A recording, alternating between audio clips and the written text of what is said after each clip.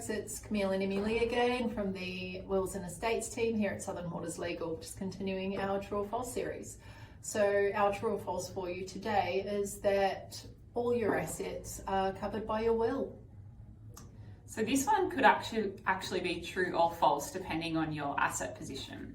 So a will covers any assets in your personal name. So it could cover bank accounts in your personal name, property in your personal name, provided it's owned as a sole owner or by you as tenants in common, so you own a specific share in the property.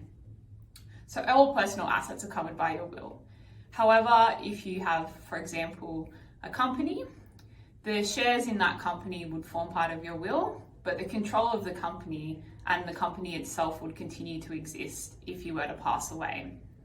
The same applies for any trust that you might have established during your lifetime. Again, control of those trusts would need to be passed on in the event of your death as well.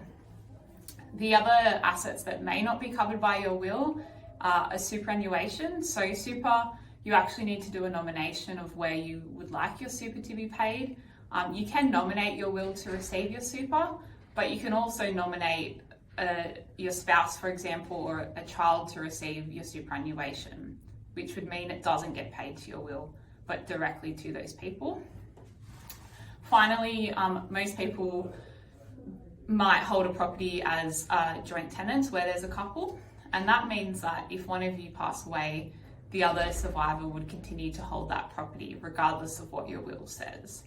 So in that scenario, your will wouldn't actually cover the property because your spouse would receive that as the surviving joint tenant.